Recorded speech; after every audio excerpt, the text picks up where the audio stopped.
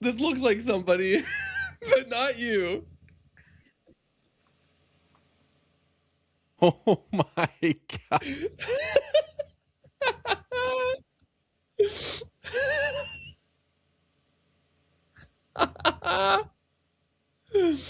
Hey, so got the good. background a little right. Sort of. That's if I had the Will Byers cut.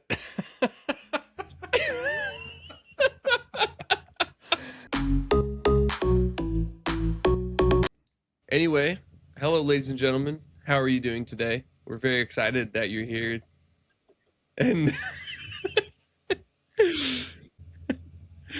anyway, Brandon, why don't you tell our beautiful, adoring fans a little bit about winter meetings, and then we'll get into what we want.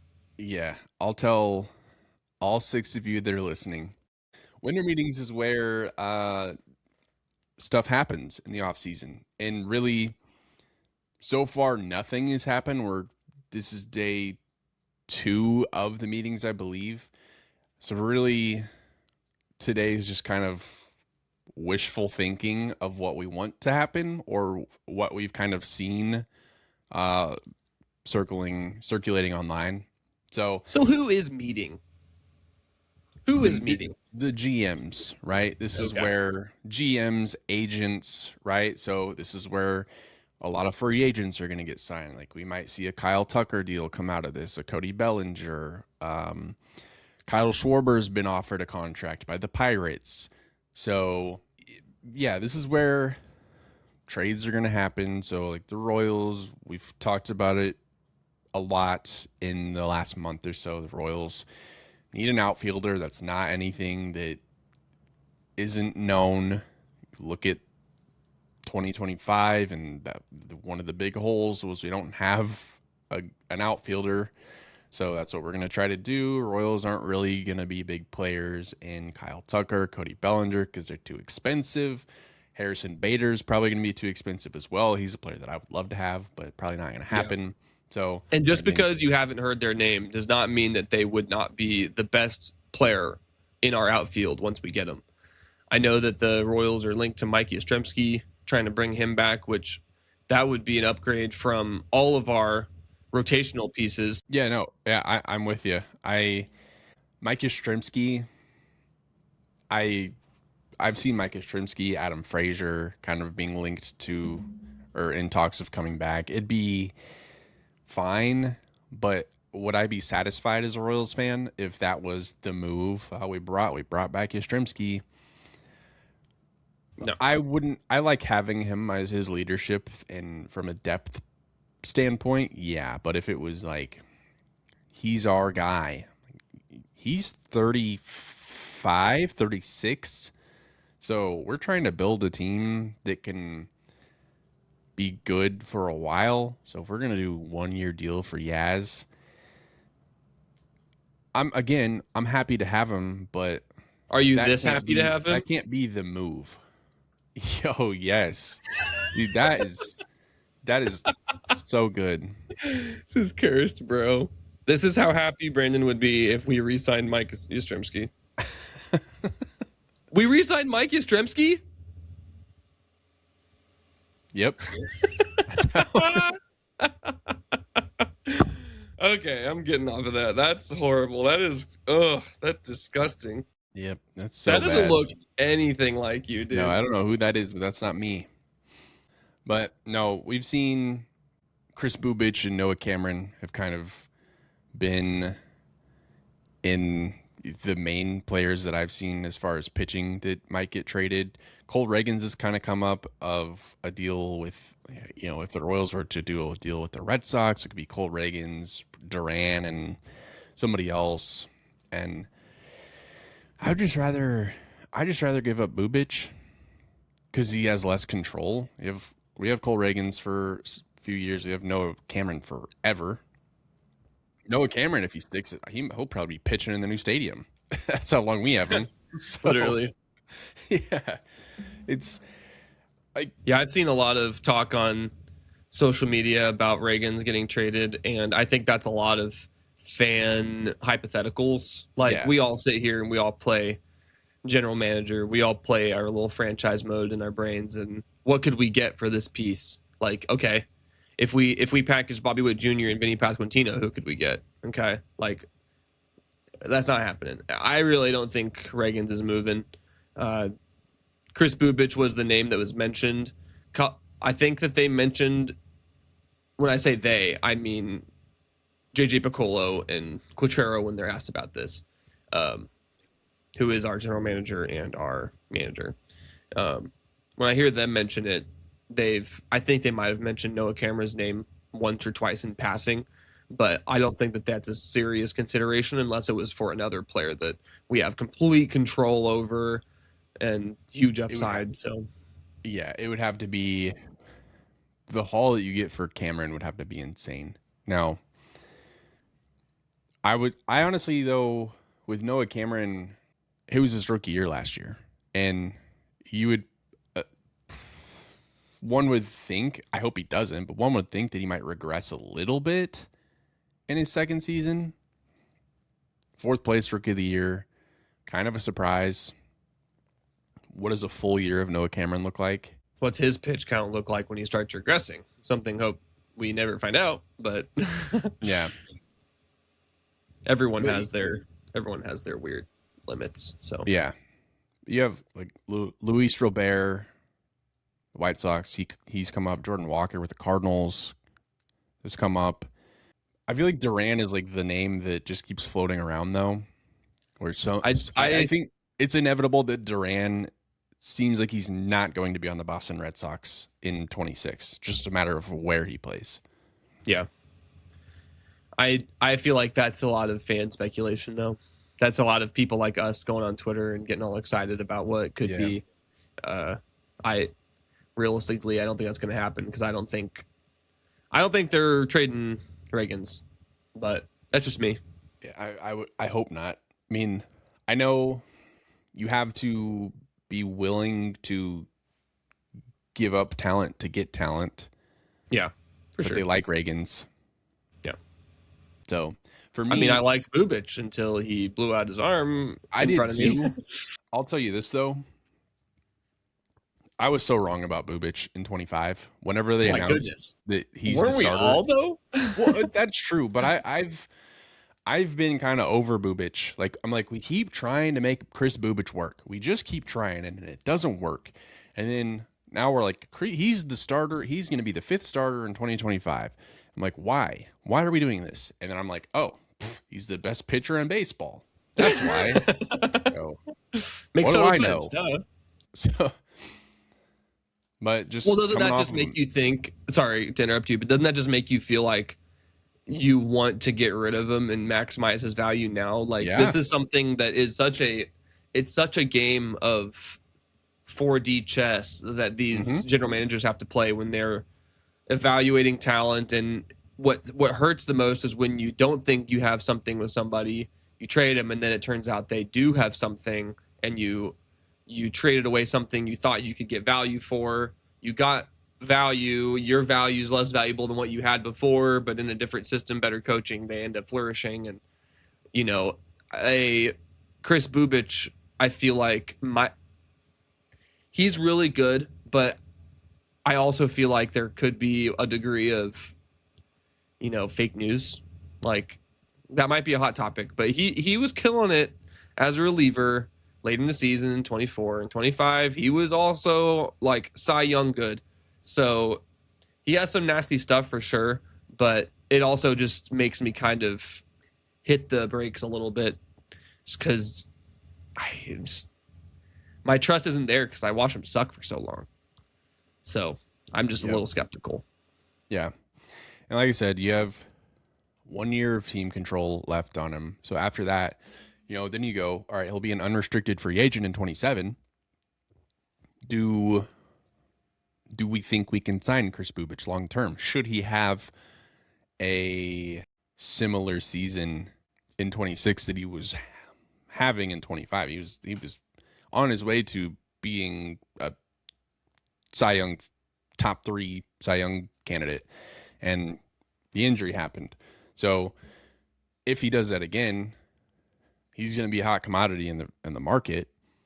So move him now, let him build up his value somewhere else, and get something in return for somebody that you might not have signed anyway. Yeah. Especially with the way that the Royals are developing pitching. If, like, you know, Noah Cameron, you have Noah Cameron. Who's the next Noah Cameron, right? Yeah. So That's a great question. That makes me excited for spring training, yeah. which is coming up late February. We are 2 months and 12 days from the first spring training game. 2 months and 1 week from pitchers and catchers report. But yeah, that makes me excited. I still think that Chris Bubich's value to the Royals now is, having that starting pitching rotation that we have is insane. That's what had us as relevant as we were. But to get, you're losing a little bit of. It's a lose, but win-win. Like, you're losing your starting pitching rotation, like, dominance, but you're gaining run support by getting a bat in the outfield that's going to help produce, and you're going to be winning more games. Are you going to be losing more games because Chris Bubich isn't the one putting people away the whole time? Maybe. But are you going to be winning more games because of your outfield production actually coming through? Probably. Yep. So, yeah, it's a trade-off. If you can have a consistent left fielder in your lineup over, let's say they play 150 games. Hopefully you get 162 out of them, but over 150 games, I'll take, every fifth day, less effective starter. So I can have a good bat in the lineup that I feel like they're going to have a good on base percentage, and they're going to do they're going to check all the boxes that we're missing right now. Right. Which I'm excited about. It's a good trade-off. Yeah, it's a good trade-off. And that's like when you look at Brady Singer. I mean, you look at Brady Singer's, he had a good season this year, but you kind of look at his career and it's like really good year, down year, really good year, down year, really good year, down year. So Brady Singer, really good year. Let's trade him while the value's high. Get Jonathan India because he's going to solve all of our problems. He didn't, but you took the shot. And sometimes that's what you have to do. And I think that's what they'll do again this season. And again, you give up talent to get talent. And hopefully they're able to get someone a little bit better than a Jonathan India type.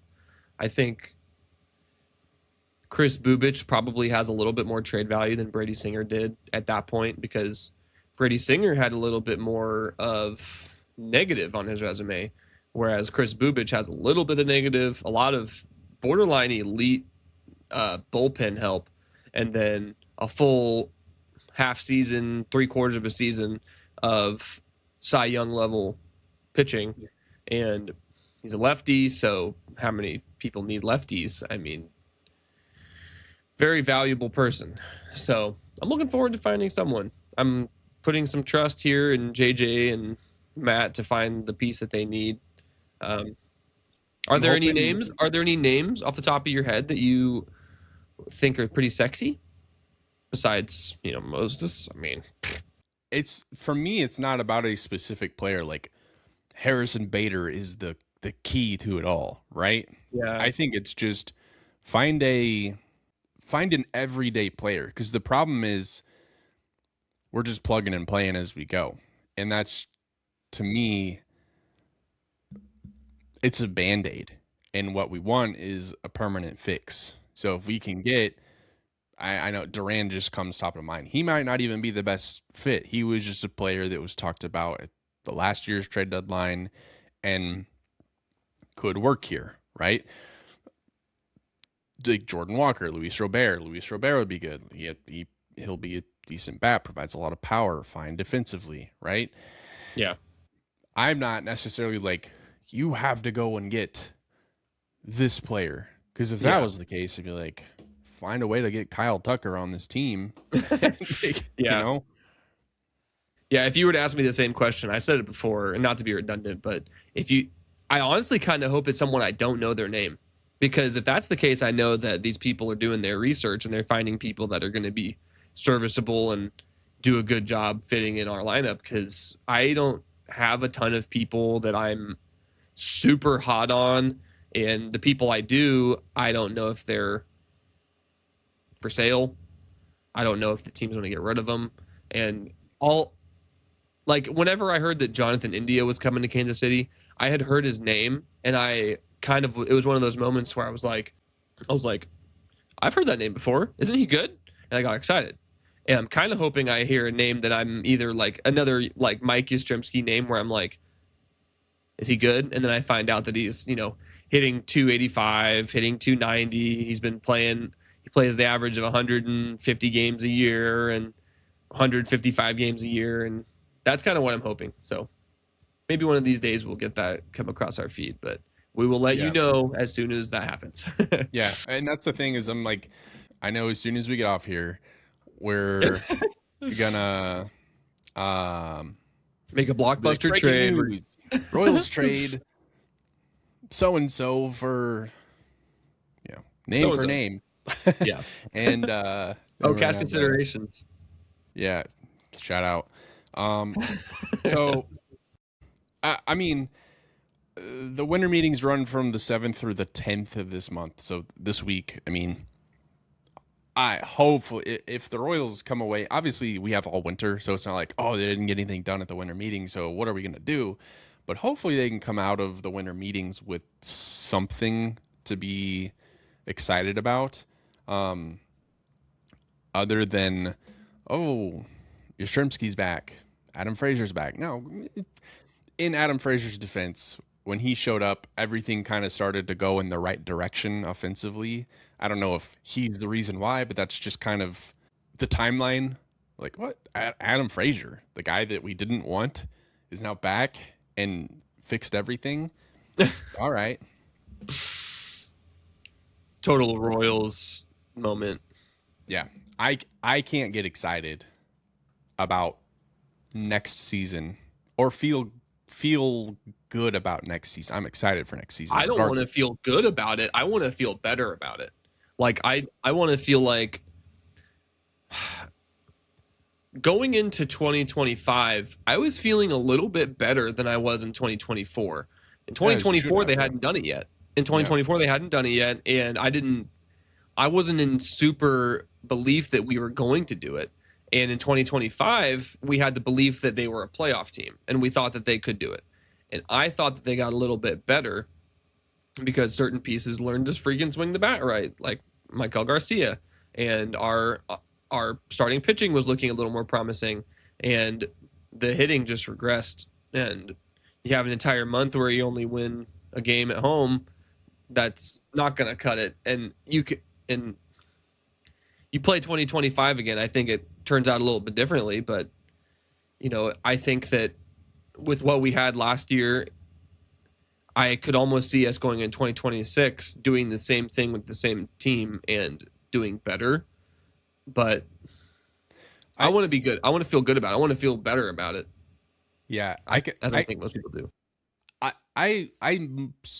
I agree with you actually with that, because I think there were a lot of injuries, right?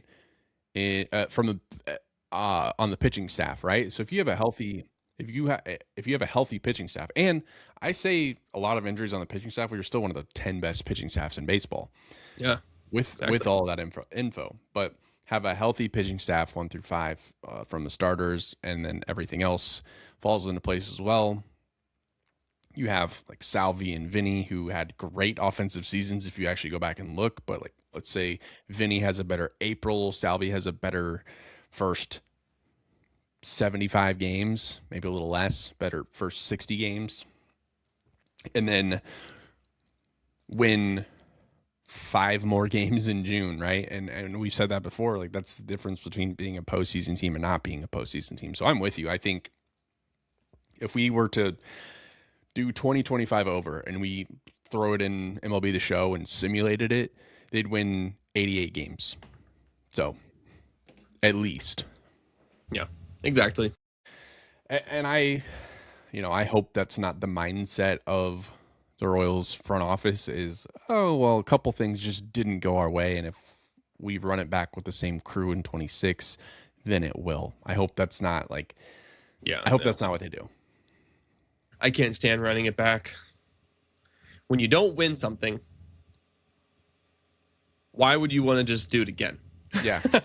Yeah. I mean, there's a part change. of me that thinks like, even to make the analogy, to bring up the Chiefs, if you were to do the same season again, I feel like, yeah, too soon. I know it's if we were to play the same season again, I think it would be a completely different outcome. But just because we can do it again doesn't mean we should, and doesn't mean there aren't still blaring, obvious holes. And with the Royals, there was blaring, obvious holes in the lineup. It wasn't necessarily. It was never really pitching. I mean, maybe middle relief pitching had some things left to be desired, and then late relief pitching had, the occasional blown save, which sucked and was. But you say that with the occasional blown save, Carlos Estevez still led the league in saves. So even though he was like, "What are we doing?" He was still, from a statistical standpoint, the best. Yeah. So, but I'm all this being said, we're excited, and I think per Ken Rosenthal, he said something about how we were looking for not just one piece, we were looking for multiple pieces. So, I mean, whether that's in one move, we trade Bubic for two, like one slightly above average, one just rotational person, or if we're making multiple trades, trading that cash considerations. Shout out to cash considerations again. But who knows what we're going to do? We're probably going to make a signing and then probably make a trade. But hey, stay plugged in, and we will let you know. Yeah. No, like right now, this is a weird part of the off season, because it's like, I really want to get on here and be like, hey, everybody, this happened, but we're just kind of like, it's a waiting game. So wait with us. We'll have it when we have it, and we'll present it. And then you'll have it. Yeah. You're welcome. Yeah, so right now we're in the middle of the winter meetings. That goes until the 11th or the 10th. And then the draft lottery, which is determining everybody's spots in the draft, that's happening on December 9th. Then the Rule 5 draft is happening December 10th. So we're kind of in the meat of it right now in this week. And then, again, arbitration filing deadline, January 8th. International spring signing period is January 15th. I think international spring signing? International signing period is January 15th. And then arbitration hearings and spring training is in February. First game is February 20th. And for all you Royals fans out there, not to plug it, we're not selling tickets or anything, but the Royals rally is happening on January 31st at Kauffman Stadium. And we will be there. We will be there, and you better come and meet us and get excited, because we're excited. So yeah, the rally is on January 31st, and that's kind of all right, season's around the corner. And end the season, I mean, obviously, here I go. Hopefully the team is good enough to where you don't need much incentive to get out to the stadium, but they've released the kind of promotional days, Moses, and we wanted to talk about some of those because they've got a lot of cool stuff coming in 2025. And again, we're just talking about it. We're not trying to sell anything or earn anything here. We don't have any affiliation. We got nothing else to do, so let's talk about it. Yeah, as a Royals fan, I find myself looking at the promotional schedule to see what games I want to go to, because not that the Royals aren't enough for me to go. However, if I can get a free t-shirt or a bobblehead or something in the meantime, sign me up. All right, so to name some of the fun little promotions that the Royals are doing, opening day is March 30th. That'll be 3:10 game. Not really many promotions, but that's opening day. March opening day. Who do we play? Minnesota Twins. Wow. That's it. That's the only day to look forward to. No, there's a bunch. So I could read off all of them, but lots of them are like Bark in the Parks, Fireworks Fridays. So April 1st, Bark in the Park. April 3rd, way Fireworks too Friday. many of those. April 10th, Fireworks Friday. So on Sunday, April 12th, they're doing a Bobby Witt Jr. Youth Sliding Glove giveaway. So if you remember the little oven mitt that Bobby and lots of other players wear on their hands for sliding, they're bringing those out, and it's for 14 and unders only. So if you got some kids, bring them on out to the game on April 12th. It's a Sunday 1:10 game. April 20th. Bring them on out to the game and then steal it from them when you get home. Yes, and try to fit your big meaty claws inside of that little oven mitt. So this is hilarious, but on Monday, April 20th, otherwise known as 420, at 6:40 p.m., it is Grateful Dead night, where the Royals are giving away a awesome Grateful Dead vest. And that is pretty sick. I don't know how y'all like to celebrate 420, but how better than to go to the Royals game and get a free vest? That's freaking sick. We got some Dollar Dog Nights. We got some, more Fireworks Fridays. We got a t-shirt giveaway on April 25th, a mug giveaway for a separate ticket offer. You have to buy a theme ticket for that same day, April 25th. They got a UMKC mug. May the 4th, they're not doing Star Wars. So on May the 4th against the Cleveland Guardians, no, it's not going to be a May the 4th be with you Star Wars theme. It is a Jack Caglione bobblehead. It's freaking sick. Then there's a to be determined rock, paper, scissors 2-person bobblehead on May the 8th. On May the 9th, we got a Nickelodeon jersey, Royals jersey with slime all over it. It's pretty sick. We got a Lights Out Lucas Urseg bobblehead on May 18th. There's a hat giveaway on May 22nd. T-shirt Tuesday once again on the 23rd. That might not be a Tuesday. I'm just used to saying T-shirt Tuesday. There's a Royals T-shirt giveaway on May 23rd, whatever day that is. There's a stainless steel Quick Trip Big Q cup giveaway on May the 25th. On the 26th, there's a Sasquatch-looking Pasquantino bobblehead giveaway May 26th. There's a beach towel giveaway on June 12th. Another T-shirt giveaway on June 13th. A scarf giveaway on June 19th to celebrate the World Cup that's coming to Kansas City. June 30th is a Slugger Gym tank top giveaway. That's pretty funny looking, and the picture is coming soon. On July 1st, there's a tropical Hawaiian Royal shirt giveaway. That one's sick. Andy Reid will probably be at that game.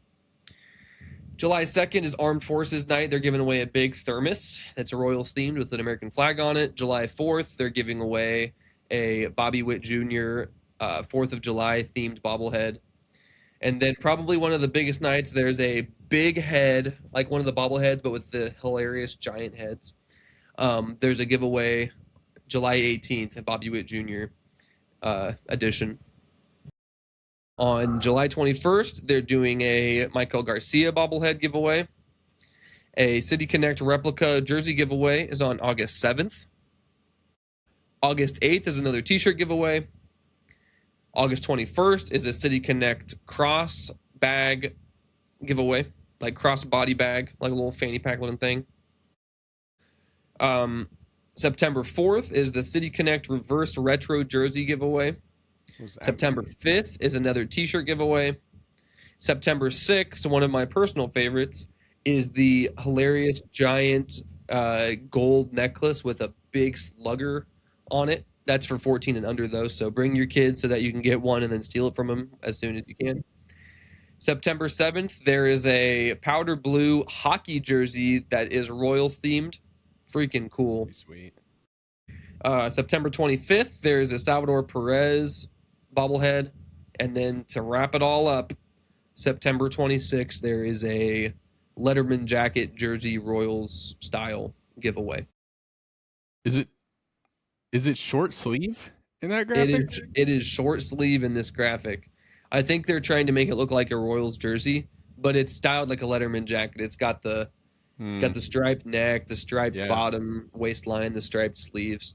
So clip that, rewind, flip it, reverse it, see how many of those you want to go to. I know that there's even more that you have to buy theme tickets for. So, for example, last year, if you were a teacher, you could spend an extra $2 on a ticket and you get like a a big Royals thank you for being a teacher thermos with an apple on it. And then there was one for nurses. Lots of nurses around the city, they already know when the nurse night is. Lots of places give away tickets to their people, but spend an extra couple bucks, get the theme giveaway. That happens all the time. If you're a K-State fan, KU fan, MU fan, Chiefs fan, lots of the time they do theme ticket giveaways. You have to spend a couple extra bucks on your ticket. But in my opinion, well worth it. Only a couple extra bucks to get to Royals game and your cool little thing. Yeah. And hey, the Royals are going to be really good this year. So you're going to go to see a really good football team. And by football, I mean baseball. And in addition to seeing an awesome baseball team, you're going to get a giveaway. So, yeah. Sorry, football's on the brain, Is it? I don't want it to be. I don't want football to be on the brain. Stupid Chiefs. Makes me mad. So we had some Hall of Fame stuff happening in baseball over the weekend, Moses, where the Contemporary Eras Committee came together and... Which everyone knows what that is. Yeah, so that is the Contemporary Era. This is a committee that has a list of players that went through their years of eligibility on the baseball writers ballot and didn't get in, but still get chances afterward. So this is players like Jeff Kent, Don Mattingly, Barry Bonds, Roger Clemens, guys like that were all on the list. And there's 16 votes. You need 12 of the 16 votes to get in. Jeff Kent got in. So he's Hall of Fame second baseman. He's the all-time leader for home runs at second base. And won an MVP, 5-time All-Star, 4-time Silver Slugger. Somebody that probably should have got in way sooner than he did, but congratulations to Jeff Kent on getting into the Hall of Fame.